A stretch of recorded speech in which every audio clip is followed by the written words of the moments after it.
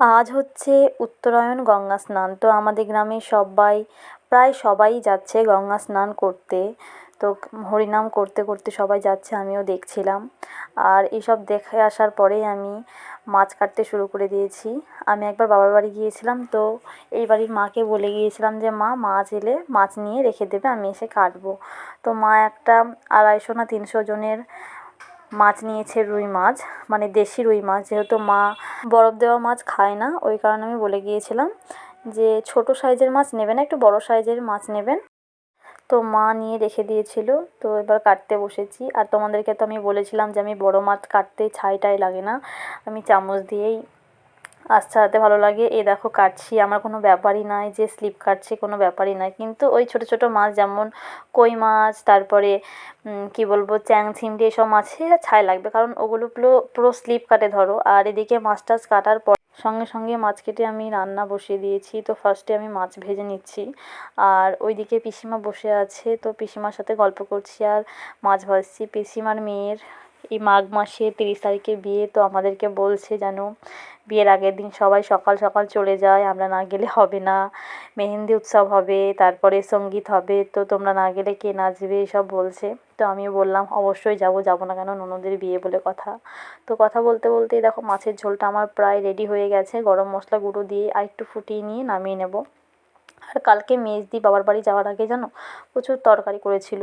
শাকের ঝাল করেছিল, গোল গোল করে আলু ভেজেছিল, তারপরে মুসুরির ডাল করেছিল। তো ওগুলো অনেকটাই আছে, তাই ভাবছি ফেলে দেবো, শীতের সময় নষ্ট হবে না।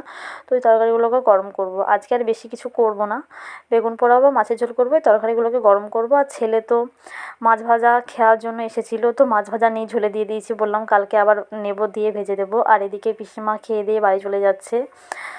তো পিসিমার আরেক জায়গায় বিয়ে নিমন্ত্রণ আছে, সেখানেই যাবে। তো পিসিমাকে টাটা বাই বাই করে দিলাম। আর এদিকে সুধর্ণর বড় জেঠিমা বলেছে আমরা আজকে ফিস্ট করব, খিচুড়ি হবে, তুই আখা বানা। তো ও বলছে মা, এই দেখো আমি এখানে মাটি খুঁড়ে আখা বানাবো, তো আজকে এখানে ফিস্ট হবে।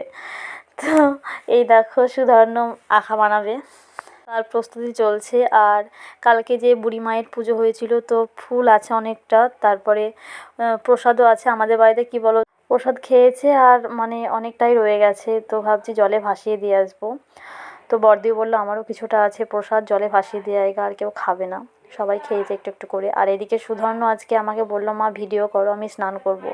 তো ভিডিও তো করছি, সাবান গায়ে মাখতে একদমই চায় না, গায়ে মাখলেও মুখে একদমই মাখতে চায় না, মুখে সাবান মাখালে কাঁদতে শুরু করে দেবে। তো কাঁদতে কাঁদতে এমন কাণ্ড করবে না, পুরো পাগলের মতো, আমাকে পুরো পাগল হয়ে হয়ে যেতে হয় যদি সাবান মুখে মাখাই। তো তো আমি মুখে সরষের তেল মাখাচ্ছি। তো বলছে মা আমি সরষের তেল মাখবো না, বডি অয়েল মাখবো। কী বলো তো, ওর একটু ঠান্ডার ধাত আছে, তো ওই কারণে সরষের তেলটাই মাখায়, কারণ ওটা একটু গরম টাইপের, শরীর গরম থাকে সরষের তেল মাখালে। আর বড়দা বলে যে সরষের তেল মাখাবি, বডি অয়েল মাখাবি না, ওর যেহেতু একটু ঠান্ডা লাগার ধাত আছে।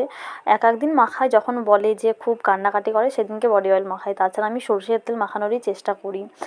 আর আজকে স্নান করাতে গিয়ে অতটা জ্বালায়নি, কারণ ও আজকে ভিডিও করতে বলেছে, যেহেতু ভিডিও হচ্ছে। তো 1 মগ জল আমি ঢেলে দিলাম, তারপরে ও একা একাই ঢাললো। ওই বায়নাটা করেছে যে আমি একা একা জল ঢালবো মা, তো একা একাই ঢাললো। আর যাচ্ছে একটু দিদির বাড়ি, নিমন্ত্রণ আছে বাজারে, খুব বেশি নয়, আমাদের বেলডাঙা বাজারে। তো আমি যাচ্ছি, মা যাচ্ছে, সুধর্ণকে নিয়ে যাচ্ছে, আর পিহু যাচ্ছে আমাদের সাথে, কারণ পিহুর দাদা অনিশ স্কুলে গেছে, ওর মা ওকে স্কুল থেকে নিয়ে আসবে, তারপরে ওর মা অনিশকে নিয়ে সাইকেলে করে যাবে।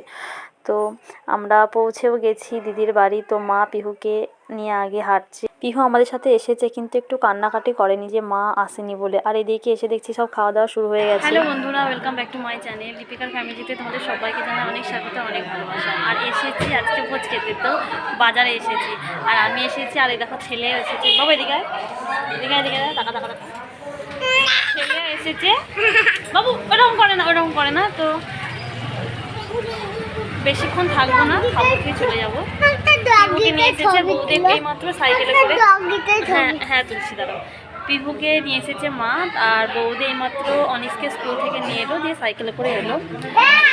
হচ্ছে পরে গেছে, আমরা বসে চলে যাবো। আর এসে তো ছেলে খেলা শুরু করে দিয়েছে দৌড়াদৌড়ি, কারণ যার জন্য এসেছি ওই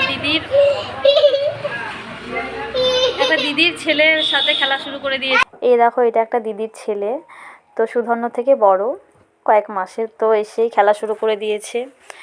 আর এই দেখো অনিশ্য খেলা শুরু করে দিয়ে সুধনুর সাথে। বাড়ির দিকে রওনা দিয়েছি আর পিহুকেও নিয়ে চলে এসেছি। তো আমার মায়ের সাথে সুধন্য দেখো হাঁটছে আর আমি পিহুকে করে নিয়ে হাঁটছি। পিহুর মা খেয়ে দিয়ে সাইকেলে করে অনিশকে নিয়ে আসবে। তো এদিক দিয়ে হাঁটছি কারণ একটা ঠাকুর বেরোবে কালকে, যে বুড়িমা মায়ের পুজো হলো, তো ওই ঠাকুরটা বেরাবে, তো দেখবো বলে এটা দিয়ে হাঁটছি। আর ওই দেখো ওরা দুজন গল্প করতে করতে আসছে আস্তে আস্তে। সুধন্যর অনেকটা রাস্তা হাঁটার পরে একটু কোলে চাপার ইচ্ছা হয়েছে, তাই মা ওকে একটু কোলে নিচ্ছে, যেহেতু অনেকটা রাস্তায় হেঁটে এসেছে। আর এদিকে বুড়িমাকে ভ্যানে তোলা হয়ে গেছে, এবার বিসর্জনের উদ্দেশ্যে রওনা হবে সবাই। তো আমি একটু দেখে দাঁড়িয়ে গিয়েছিলাম, কারণ পুজোর দিন আমি আসা হয়নি, আসার ইচ্ছা ছিল কিন্তু আসা হয়নি।